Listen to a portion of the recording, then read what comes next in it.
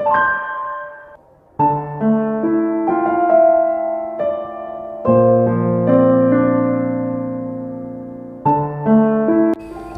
ora tau kowe ngrasake kangen?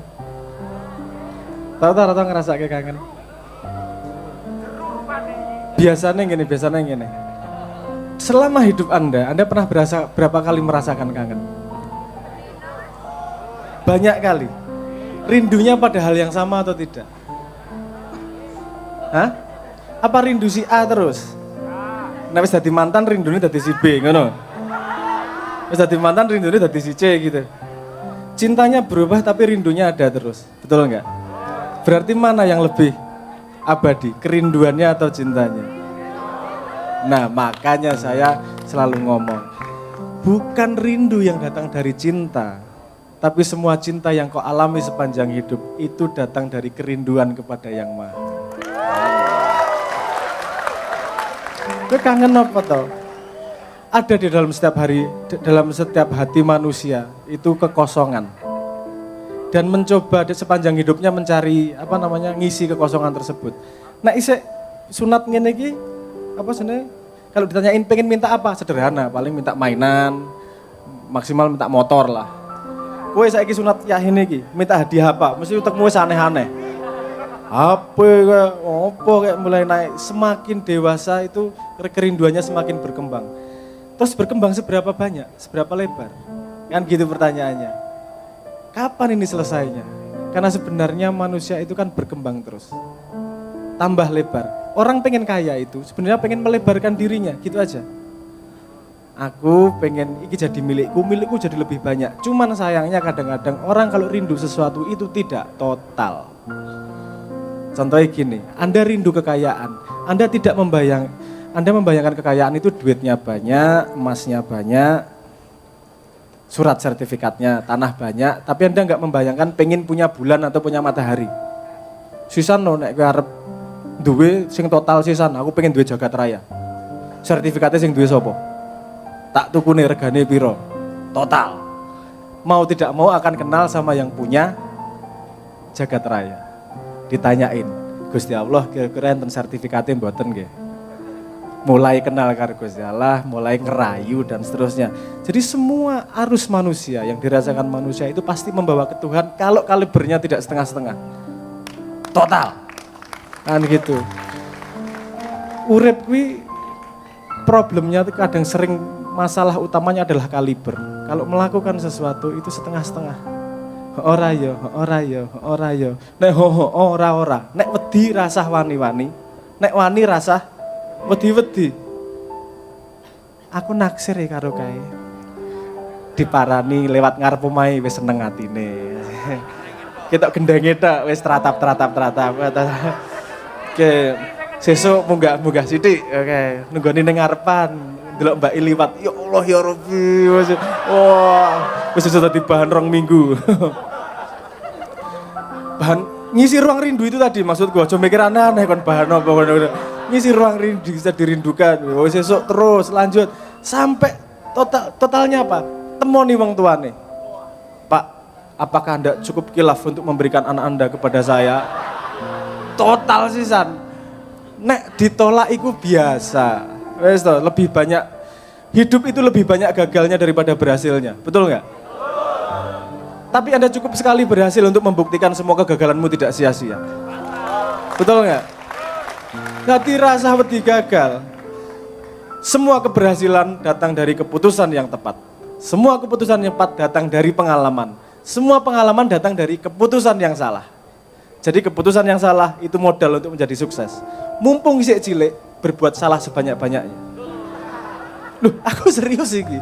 Nek kowe isik SD nyolong, kowe di penjara apa di kampleng dengan raine? Mek di kampleng ta orang apa? Tapi nek kowe wis gede nyolong, diapake? Lebokke penjara didak-idak kowe. Nah, untuk tahu trauma kesalahan, untuk mengerti efek dari kesalahan mending masih kecil. Wes, anak kecil bereksplorasi ke sana kemari, tangannya keselomot, ndusur numpak sepeda, nang kae wae asal ora mati sementing. Jagani orang tua tuh itu, jagani anaknya aja ngasih mati. Bahwa dia sakit, biarkan dia merasakan sakit. Kenapa? Karena kamu dalam hidup pasti merasakan sakit. Wes toh. Wong kowe WA centang biru ra dibales wis sakit hati. Ora usah dikampleng, ora usah wis centang biru ting ngene iki kok ora dibales ya, salah aku apa ya. Aduh. Aku ngomong ngene iki yo ngrasake soalnya rame kowe su. Loh itu hidup itu penuh kesakitan. Udah, itu yang namanya hidup. Penuh kekecewaan, penuh kegagalan. Tapi kualitas manusia bukan di situ. Kualitas manusia adalah kemampuan bangkitnya dari semua kegagalan. Tepuk tangan ora. Ojo kalibri ojo ragu-ragu. Tepuk tangan ora. Ngono lho. Gak sepenuh hati. Nek kowe tepuk tangane kesel sisi, tepuk tangane sebelahmu. Apa pipine? Sementing muni suarane. Nah, ini kesakitan-kesakitan ini perlu. Sebagai itu proses pendewasaan. Nah, makanya salah satu hal yang paling privat disakiti dalam tanda petik. Di sini ada yang belum sunat? Oh. Oh, cah cilik ya belum. Yang udah gede belum sunat tolong buktikan.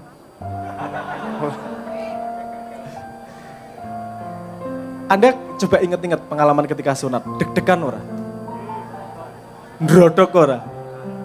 Iki barang sing dislenthik we lorone ra karuan. Dislenthik lho, kowe nahan nguyuh wae. Kuwi teng-tengan lorone kaya ngono.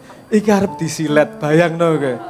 Allah iki sapa sing duwe ide kok ngene iki asu. Iki ngopo ta iki urusan kok iki barang-barang mohon maaf ya kalau mulut saya agak ting pecotot seperti itu. Ini kesalahan pendidikan ayah saya maksudnya.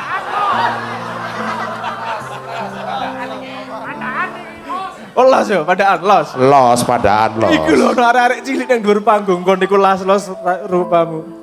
Ono Pak Wali Kota karo Pak. Los oh. Los dol iki. Ngene iki lho ngene arek los wae. Dadi lali tuh aku mau ngomong apa? Oh, mau urusan peli yo. Apa kan? Sik nyebutnya sing bener piye? Anu ngono. Ya oke ya. Dadi nek anu di anu kuwi rasane anu banget wis pokoke. Cen anu kok kowe iki. Hah? Nah, saya tadi ngomong proses kesakitan itu adalah proses pendewasaan. Proses kegagalan adalah proses pendewasaan. Coba Anda ingat-ingat pengalaman ketika harus sunat kuwi. Nek rame-rame ono kancane. Di sini ada yang ikut sunatan massal. Sunatan massal itu yang kalau ada yang kreatif sedikit, biasanya saya pernah ngalami itu teman-teman saya. Yang pertama ini memang sudah niatnya buruk itu. Pertama dia masuk disunat limbengok kaya wong diantemi sak kampung kae lho. Aduh. Sing bariku yo aduh. Itu jadi menggegerkan apa sebenarnya mental semua yang sebelumnya iki. Pertamanya wis gagah-gagah, sing pertama bengok-bengok. Itu yang lain langsung keder enggak karuan itu.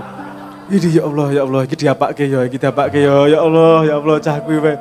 Itu jadi latihan mental yang luar biasa. Makanya ritual pendewasaan di budaya-budaya itu berbeda-beda, tapi semua melibatkan kesakitan. Semua melibatkan kemampuan untuk melewati mental. Salah satu contohnya, ono neng nias mencolot apa sebenarnya? Batu itu tanda kedewasaan. Ada yang kulitnya dicacah-cacah dikit-dikit. Wah, untuk apa sebenarnya? Untuk menunjukkan dia sudah dewasa. Di Amazon itu ada yang menunjukkan kedewasaan, tangannya dimasukkan ke apa? Rumput. Iya betul. Jadi dia bikin tempat dari pilah daun, dalamnya dikasih apa namanya? Semut. Tangannya dilebokke, dicokot-cokotnya, wah dia bertahan seberapa lama, wah dewasa gitu.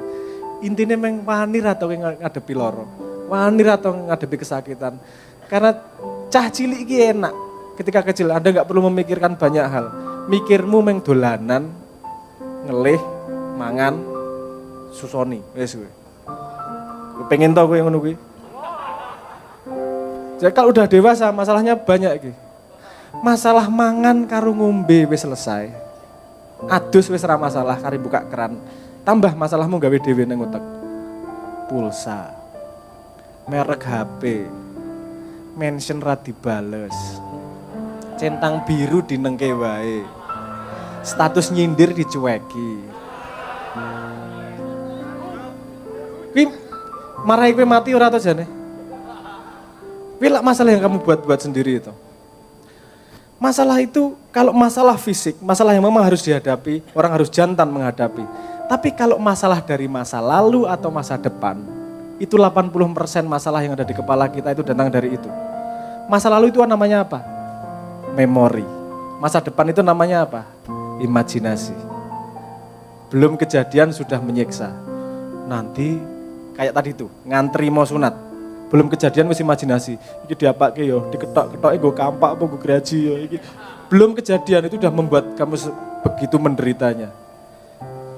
Mantan. Itu kesakitan dari memori ya ora? Wis mantan lho, to. Wis mantan. Ya Allah, ning kuwi tetep nglarani ati nek dhek bahagia karo wong liya iki rasane asu. Perih. Kowe hae-hae kaya ngalami wae jomblo tuntun asmara iki wis tau ta pacaran. Kaya tahu-tahu wae. Nah, kesakitan itu proses yang tidak bisa dihindari dalam hidup. Bahkan banyak yang ngomong gini. Kalau kamu mau sukses, itu ikuti passionmu. Pernah dengar kalimat itu enggak? Passionmu. Apa sih passion ini? Hah? Kemampuan? Apa passion?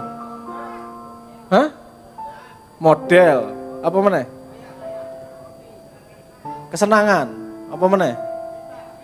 Oke, passion. Asal katanya passio. Artinya apa? Tisu. Bener ya, merek tisu itu ya. Iya bener kan. Wah ini asal katanya dari kata Yunani. Passio itu artinya penderitaan.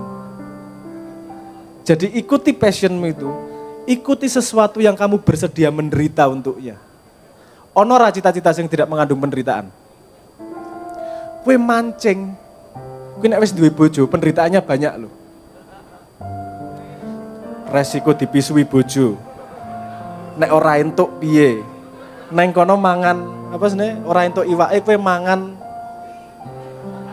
kok hasile pakan panci, pakan iwake kuwi tok pangan gara-gara ora entuk iwak. Ning tok baleni meneh ora? Karena hobi, karena kamu seneng. Saking senengnya kamu bersedia mengalami penderitaan. Sekarang kamu punya cita-cita, pengen jadi menteri, wali kota, DPR. Ngalami penderitaan ora? Takon sing wis ngalami. Piye?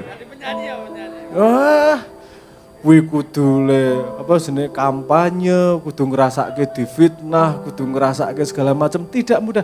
Hidup itu tidak ada yang mudah. Yang mudah itu tidak hidup.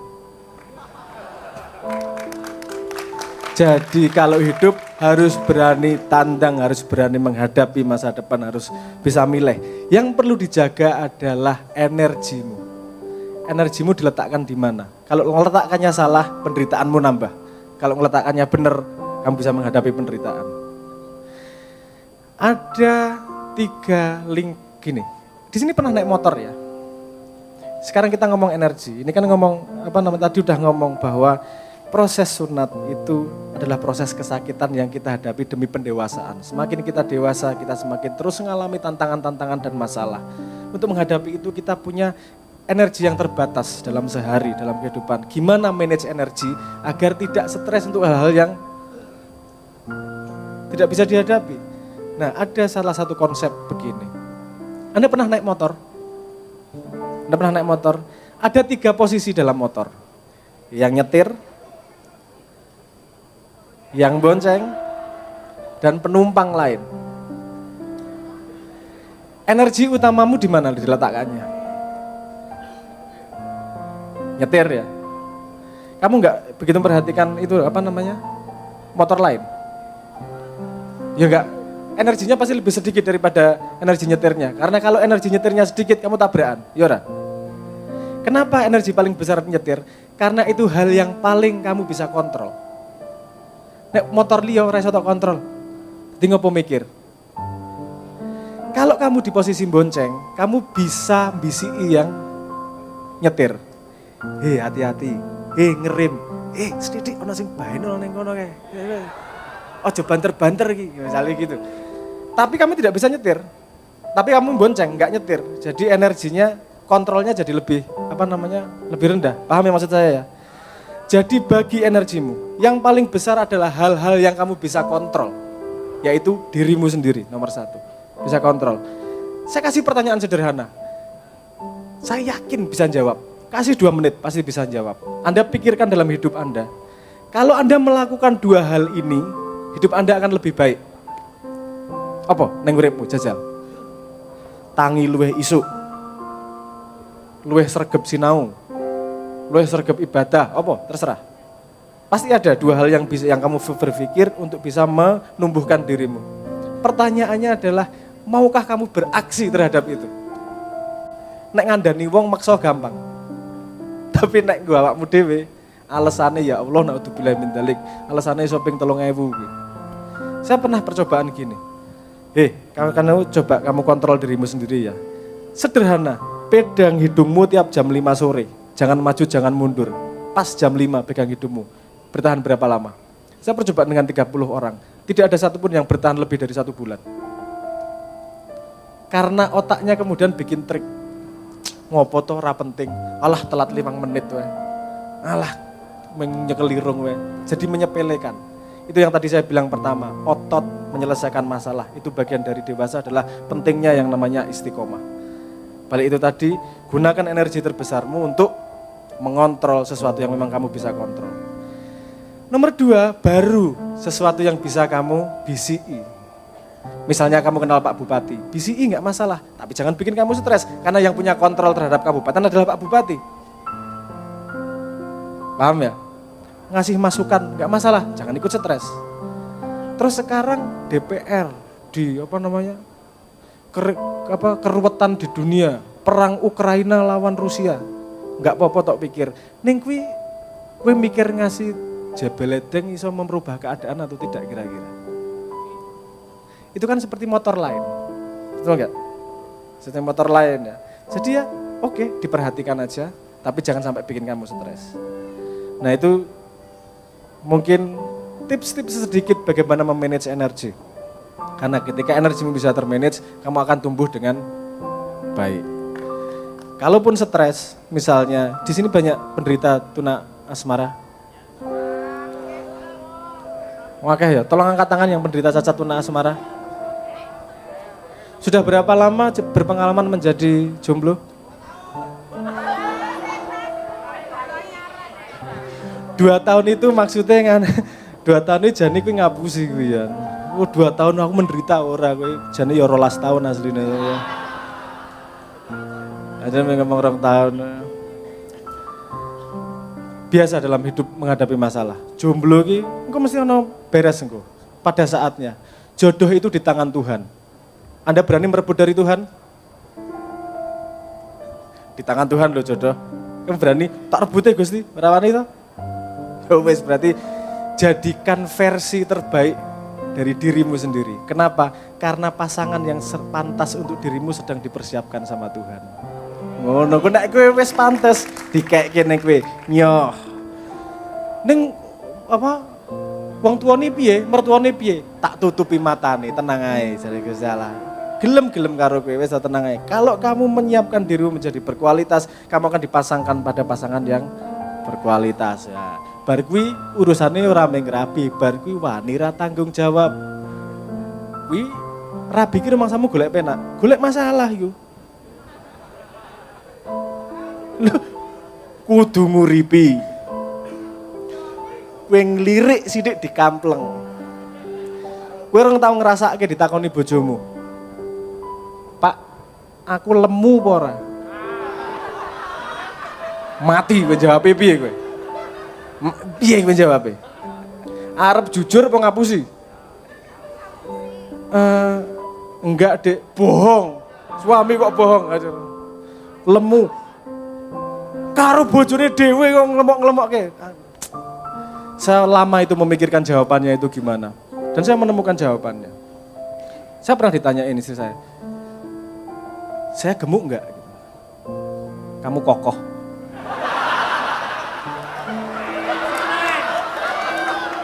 Orang menjawab, ya lemu ya ora, ini kan kokoh. Itu enggak menjawab. Kadang-kadang hidup itu dihadapi dengan kayak gitu itu. Endo, Jaya Endo, jadi kokoh. Wis toh.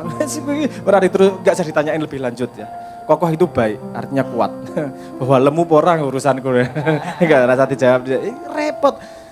Anda pernah rasa sebelum rabi wis pas pacaran, yang pernah merasakan pacaran. Dek mau makan kemana? Terserah.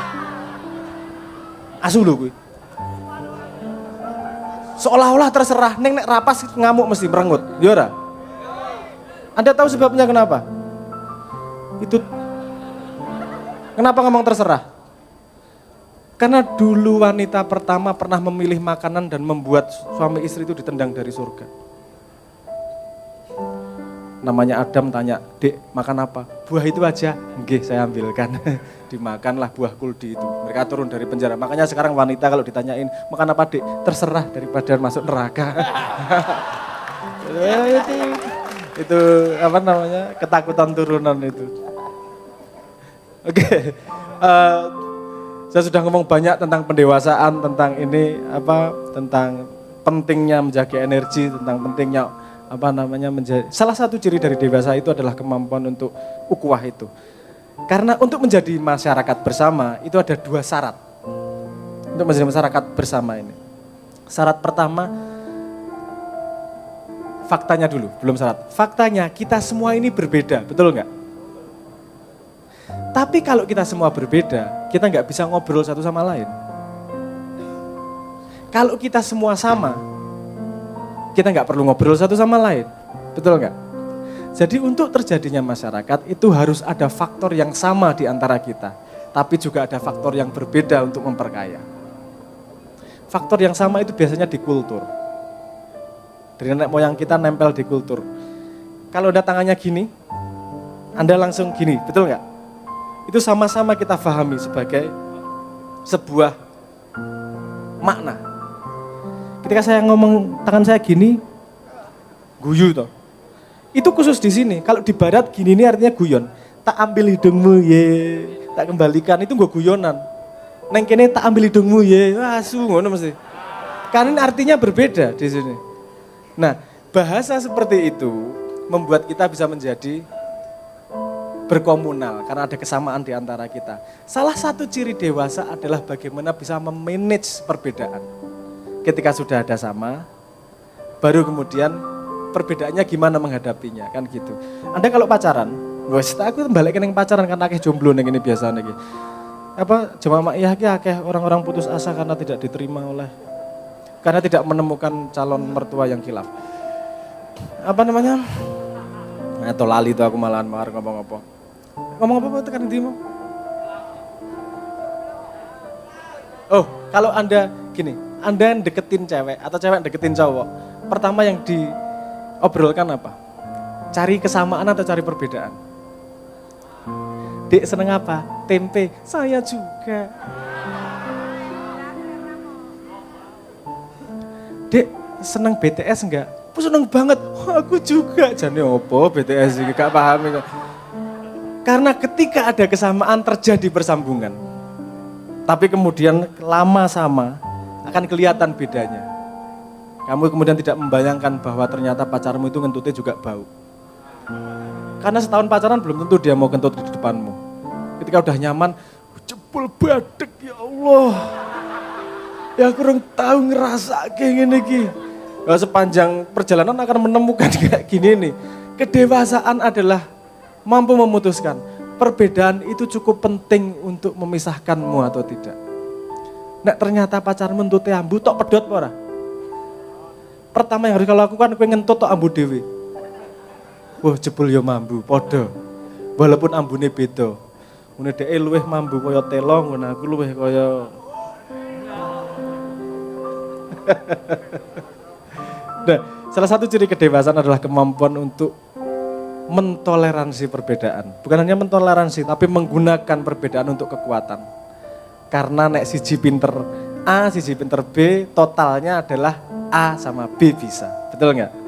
Nah, nek cah cilik perbedaan kuwi ra iso diselesaikan. Kalau wong dewasa sebagai komunitas kita, perbedaan itu biasa.